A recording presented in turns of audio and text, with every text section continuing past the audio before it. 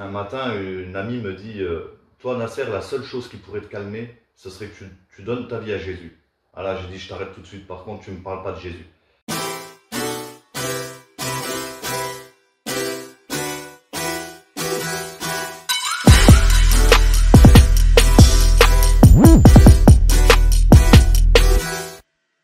Bonjour, alors moi je m'appelle Nasser, j'ai 35 ans, je vais vous raconter mon histoire. Alors voilà, moi je suis français d'origine algérienne, j'ai grandi avec 4 frères, et donc j'ai grandi évidemment très loin des bases d'une vie chrétienne parce que quand on est d'origine maghrébine, eh ben, on nous, on nous dit qu'on est musulman, sans nous expliquer pourquoi. On nous circoncis quand on est enfant, on ne mange pas de porc. Et donc on grandit avec cet exemple-là sans chercher à aller voir ailleurs, quoi. Et donc moi j'ai grandi comme ça avec une maman qui faisait le ramadan. Et donc en grandissant, bah, comme je voulais lui plaire et puis plaire à ma communauté, en gros, au reste de ma famille, je faisais le ramadan aussi. Et donc voilà, j'étais bien, j'étais dans le moule. Et en grandissant, alors forcément, on se cherche un peu plus. Donc vers 15-16 ans, comme je posais beaucoup de questions aussi dans le sens qu'est-ce qui va se passer quand on va mourir. Alors on me disait Dieu va nous juger, il comptera les points, les bons points, les mauvais points. Et donc j'étais pas très emballé par ça. Donc à 16 ans, j'ai voulu faire mes propres recherches et j'étais donc dans une école coranique où j'ai vraiment appris là, vraiment que les interdits de la religion en fait qui me rendaient parano à force. Et donc j'ai très vite quitté cette école. Ben, j'y apprenais à lire l'arabe, à prier en arabe. Je connaissais des sourates, mais ça m'emballait pas parce que j'avais pas une relation avec un dieu et puis je récitais des choses en arabe donc que je comprenais même pas. Et même je me posais aussi des questions dans le sens où pourquoi faut parler à Dieu uniquement en arabe alors que ben, c'est lui qui a inventé les langues, quoi. Ben, c'était mes questions d'enfant. Mais bref, voilà, donc j'ai très vite quitté cette école, j'ai quitté aussi la religion, ce qui m'a amené à faire des rencontres avec des amis où on allait fumer, boire, évidemment. Là, dans mon adolescence, j'ai aussi rencontré dans un reportage Bob Marley, de qui je deviendrai immédiatement très très fan, qui deviendra comme mon Dieu, parce que je me reconnaîtrai beaucoup en lui, où il a eu une enfance assez difficile, il a vécu le racisme aussi, comme nous en France, pour ceux qui verront la vidéo, qui sont peut-être français, ils ne comprendront pas, mais nous qui avons le faciès maghrébin, je peux vous dire qu'en France on vit beaucoup beaucoup le racisme. Et donc voilà, je voyais Bob Marley qui malgré tout, lui, il prônait quand même l'amour des autres, mais aussi c'était un révolutionnaire, il était contre les gouvernements corrompus, contre les élites, et c'était tout moi en fait, je me reconnaissais en tout point avec Bob Marley, donc j'étais très très fan de lui, j'achetais énormément de choses de lui, je vous expliquerai pourquoi je dis ça après. Donc voilà, à 19 ans, je me suis mis en couple avec une amie d'enfance, avec qui j'ai eu 2 enfants, avec qui je me suis marié et divorcé parce que ma vie de couple était à l'image de ma vie, elle était chaotique. Parce que moi, je n'étais pas un bon mari, pas un bon père, dans le sens où j'étais absent. J'allais 2 fois par an dans des festivals de reggae, des semaines entières. Je rentrais pas. Aussi, je buvais énormément d'alcool. Donc, pour pas que mes enfants aient à subir un papa qui rentre alcoolisé, ben, moi je rentrais pas. Donc, ça arrivait très souvent que je rentrais pas des week-ends. Et donc voilà, donc pour moi c'était ma vie, j'étais né sous cette étoile et c'était comme ça, quoi. C'était pas autrement. Donc alors par la suite, voilà, j'ai divorcé. Pour vous raconter un peu comme je vivais avant, pour que je vous explique bien d'où je viens. En fait, quand il y a eu, je vous parlais de Bob Marley qui était révolutionnaire et je l'étais aussi. Parce que quand il y a eu le mouvement des Gilets jaunes, en fait, moi j'étais à fond dans ce combat. J'étais un des premiers, même avant que ça commence, en 2018. J'ai organisé un groupe sur Facebook pour aller bloquer l'autoroute à Metz avec des amis. On était nombreux, on remonter pour bloquer l'autoroute. Quelques semaines après, début décembre 2018, j'ai refait un groupe pour mettre en place des covoiturages pour aller à Paris aux Champs-Élysées depuis Metz. Là, ce groupe-là, il a eu moins d'impact que le premier parce que personne ne m'a suivi. Mais moi, j'étais à fond dans mon combat et donc j'y étais tout seul. J'ai pris le TGV le matin à 6 h et puis je suis monté à Paris toute la journée. Là, le soir, jusqu'à 11 h du soir, le soir, il y a un ami qui m'appelle de Metz. Il me dit « Ah moi aussi, je suis sur Paris, si tu veux, on se voit. » Donc il est venu me chercher. On a bu beaucoup d'alcool ce soir-là jusqu'à 6 h du matin. Où là, en montant dans ma chambre d'hôtel, je suis tombé des escaliers. Je me suis fait recoudre 13 points de suture à 6 h du matin. Mon ami savait que je ne resterais pas, donc il m'a envoyé tout de suite un taxi. L'infirmière avait à peine fini de me mettre les derniers fils que je montais déjà dans le taxi. 3 heures après, j'étais de nouveau dans un bar. Et je suis rentré à Metz que le dimanche soir vers minuit. Et à 6 h du matin le lendemain, j'étais déjà dans le train pour partir au travail au Luxembourg. Donc ça, c'est un peu pour vous montrer la vie que je menais avant. Pour vous dire que moi, je pensais manquer de rien. J'avais tout ce qu'on veut ici. Mais je savais que moi je disais déjà à mes amis que je ne passerais pas la cinquantaine, quoi. Parce qu'avec la vie que je menais, je me disais je passe pas la cinquantaine, mais de toute façon il y en aura assez. Et voilà, mais un matin, donc quelques temps après, un matin une amie me dit toi Nasser, la seule chose qui pourrait te calmer, ce serait que tu donnes ta vie à Jésus. Ah là j'ai dit je t'arrête tout de suite, par contre tu ne me parles pas de Jésus. Moi je crois déjà en rien. Et encore moins à Jésus. Donc, et puis si au pire, si un jour je devrais me tourner vers quelque chose dans mes vieux jours, ce sera vers l'islam par rapport à ma mère, par rapport à mes ancêtres, mais certainement pas Jésus, alors que je ne parle plus de Jésus. Puis là, elle me dit, si tu veux, oui, mais si tu veux, est-ce que je peux quand même te laisser un évangile? On ne sait jamais. Je lui ai dit, écoute, laisse-moi-le, mais je te préviens, viens pas me dire dans quelques jours, est-ce que tu l'as lu? Parce que je te le dis tout de suite, je ne le lirai pas, il prendra la poussière. Elle me dit ok, mais je te le laisse quand même. Ok, bon, là je pars au travail. Cette fois-ci j'ai pris la voiture. D'habitude je prenais le train, mais bon voilà. Et là je monte dans la voiture, je mets la radio et je captais pas de chaîne de radio, aucune station. Donc là je cherche, rien du tout. Bon je dis tant pis, je pars. Et quelques secondes après j'entends une prière. Jésus est merveilleux, Jésus est notre sauveur, il n'y a que lui. Oh, je dis c'est quoi ça? Et à la fin de cette prière, la présentatrice qui dit vous étiez sur la radio RCF et hop, je captais plus du tout cette chaîne et je recaptais toutes les autres. Alors, je dis c'est bizarre ça. Je regarde sur internet radio RCF, radio des chrétiens de France.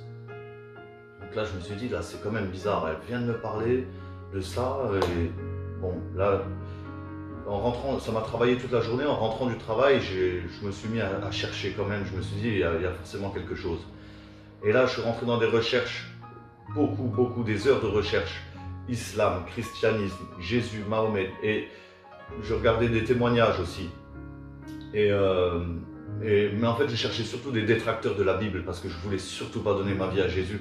Parce que quand on est maghrébin, ceux qui verront la vidéo et qui sont comme d'origine maghrébine aussi le comprendront que c'est très dur de donner sa vie à Jésus parce que pour nous, on est comme des traîtres. On renie notre race carrément parce qu'on n'a connu que ça, on nous a appris que ça et surtout que voilà, on a aussi cette aversion pour Israël avec ce qui se passe contre la Palestine. Comme on n'a pas les tenants et les aboutissants, nous on se dit bon voilà, c'est les Juifs, ils persécutent nos frères, les Arabes et donc on est quand même aveuglé quoi, par tout ça et tant qu'on n'a pas la vérité, on ne pourra pas changer. Et voilà, donc pour en revenir, là dans mes recherches, je cherchais, mais malgré toutes mes recherches, plus je cherchais en fait, plus Jésus devenait une évidence. Et du coup, ce qui manquait à ma recherche, c'était de me rendre dans une assemblée évangélique. Parce que je connaissais les mosquées, j'y avais déjà été, je connaissais l'église catholique, évidemment, j'avais déjà été, mais l'église évangélique, jamais. Je ne savais même pas s'il y avait des croix, des vitraux, et puis surtout, qu'est-ce qu'il prêchait réellement, quoi. Et donc, je me suis rendu dans cette assemblée, dans une assemblée évangélique, et là, les premières notes de louange, j'ai ressenti la présence de Dieu, l'amour véritable de Dieu. Et là, je me suis effondré, j'ai pleuré pendant plus d'une demi-heure. Je m'en souviens, j'avais honte parce que voilà, quand on arrive, nous, on a notre fierté d'homme, mais là, il y avait tout le monde autour de moi et je ne savais pas ce qui m'arrivait, mais je pleurais, je savais que j'étais enfin sur le bon chemin.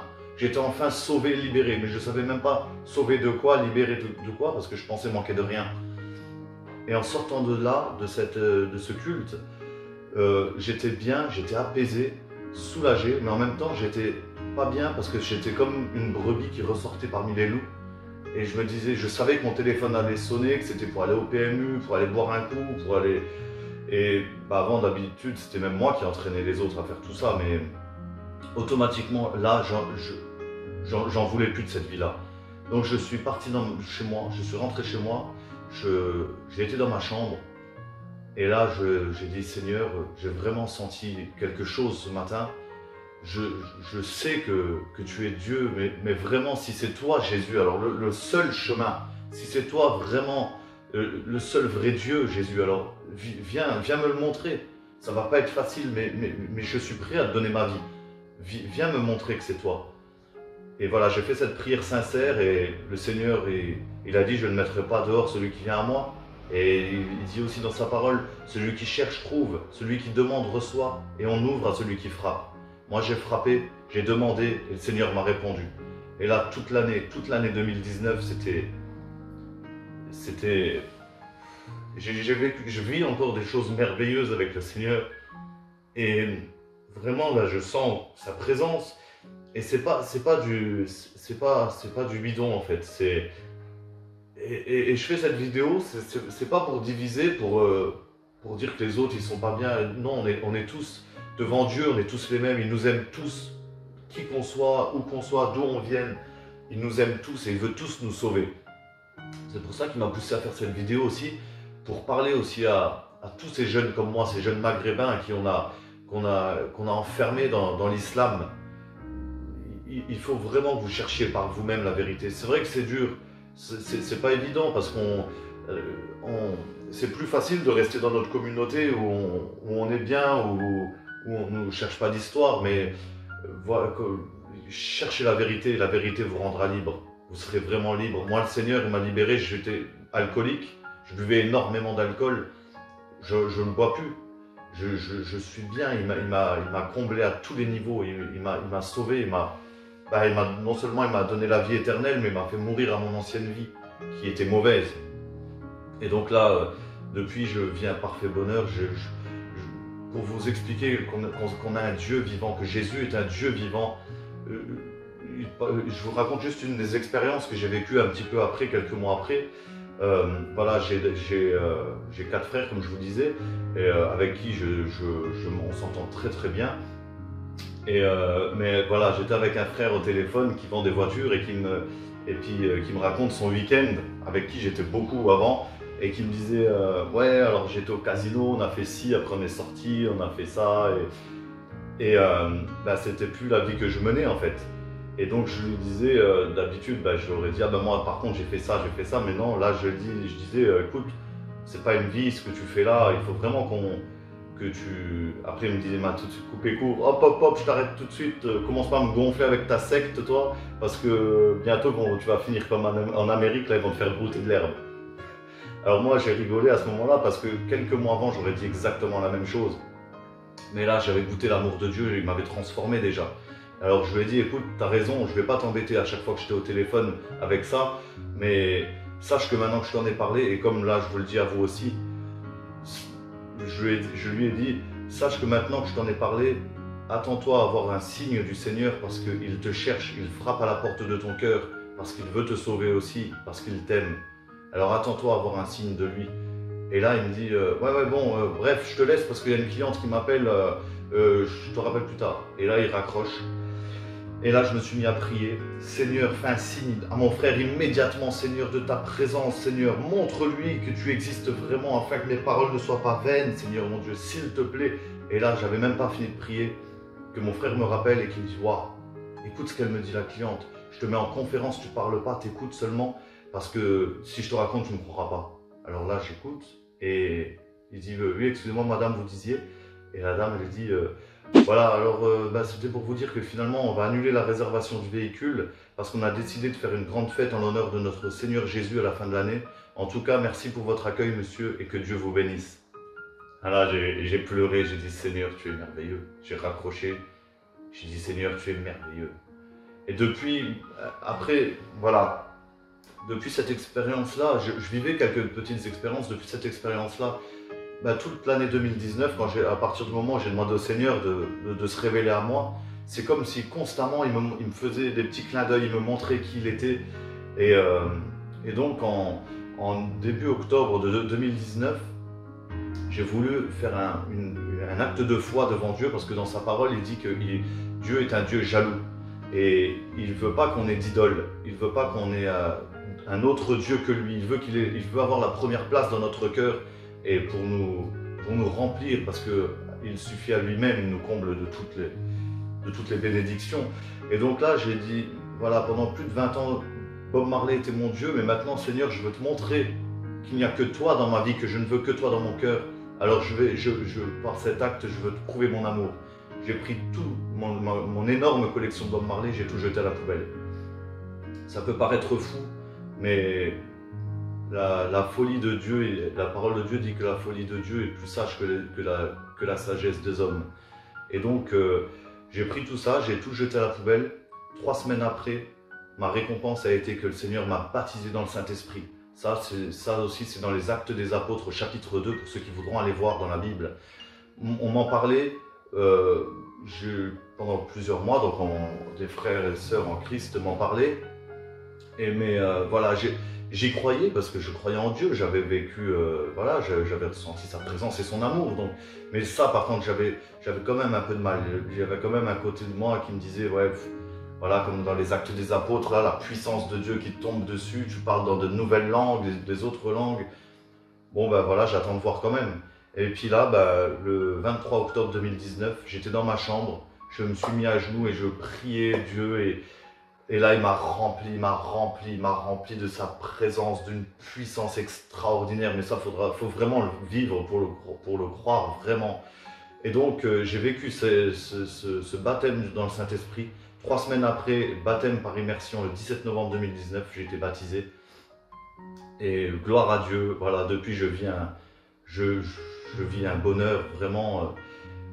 La vie, les soucis de la vie, les difficultés de la vie ne nous sont pas épargnés, mais avec Dieu, tout est plus simple. Quand on reste dans la parole, on lit sa parole, on prie, on ressent sa présence et son aide, et je vous garantis que la vie est beaucoup plus belle, et surtout éternelle.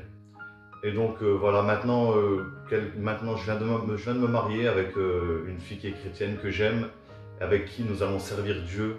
Et d'ailleurs, nous partons au Bénin là, pour l'aide à la construction d'une école et à l'évangélisation de la population locale. Donc voilà, je voulais juste terminer en vous disant, n'ayez surtout pas peur du qu'en dira-t-on. N'ayez pas peur non plus d'être attaqué pour ce que vous croyez. D'ailleurs, moi j'ai fait cette vidéo, je sais que je ne vais pas me faire des amis. Mais voilà, je le fais parce que quand on est sauvé, on ne peut pas garder ce trésor inestimable pour nous égoïstement. Dieu nous appelle à aller par tout le monde et prêcher cette bonne nouvelle de la vie éternelle pour laquelle le Seigneur Jésus est mort sur la croix pour nous. Voilà, donc n'ayez pas peur de qui que ce soit. D'ailleurs, la parole de Dieu dit, ne craignez pas ceux qui peuvent tuer le corps mais qui ne peuvent pas tuer l'âme. Craignez plutôt celui qui peut tuer le corps et l'âme dans l'enfer. Alors voilà, tant que vous pouvez, chercher vraiment la vérité avant qu'il soit trop tard. Et moi en tout cas, je vais prier pour vous. Je vais prier pour que tous ceux qui ont entendu ce message puissent chercher la vérité. Et voilà, n'ayez pas peur de faire le saut dans le vide. Dieu sera là avec ses anges. Et il vous rattrapera. Et vous allez vivre une vie dans l'abondance pour l'éternité. Alléluia. Je vous bénisse, je vous aime.